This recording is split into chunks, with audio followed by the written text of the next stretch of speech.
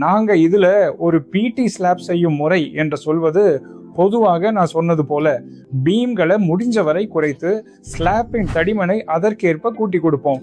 இந்த ஸ்லாப்பின் தடிமன் பொதுவாக ஒரு பிடி ஸ்லாப்பிற்கு 20 சென்டிமீட்டர் அளவுல தான் நாங்க செய்வோம். இந்த 20 சென்டிமீட்டர் தடிமன் கொண்ட பிடி ஸ்லாப்ல நாங்கள் சொல்லும் இந்த முறையில் முதலில் கேசிங்கை வைப்போம். அதாவது டெண்டான்களை செலுத்துவதற்கான கேசிங் எங்க தேவை என்பது டிசைன் செய்யப்பட்டிருக்கும். அதாவது இது போன்ற வடிவங்கள் மிகவும் முக்கியமானவை. அதை செய்த பிறகு, அதாவது சாதாரண வலுவூட்டலை இதுக்குள் கட்டுவோம். இந்த சாதாரண வலுவூட்டலை கட்டிய பிறகுதான் நாங்க சொல்லும் இந்த முறையில கேசிங்குகளை வைத்து டெண்டான்களை செலுத்தி வேலைகளை செய்கிறோம். அதற்கு பிறகு அந்த நேரத்துல நாங்கள் அதை நீட்டுவதில்லை அல்லது அழுத்தம் கொடுப்பதில்லை. அதன் பிறகு நாங்கள் காங்கிரீட்டை சொல்லியிருக்கிற முறையில முழுமையா நிரப்புவோம்.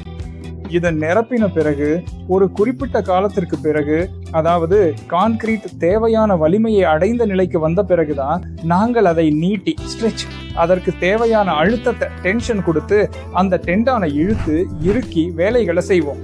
அதன் பிறகு நாங்கள் அதில் கிரவுட் அப்ளை செய்வோம்.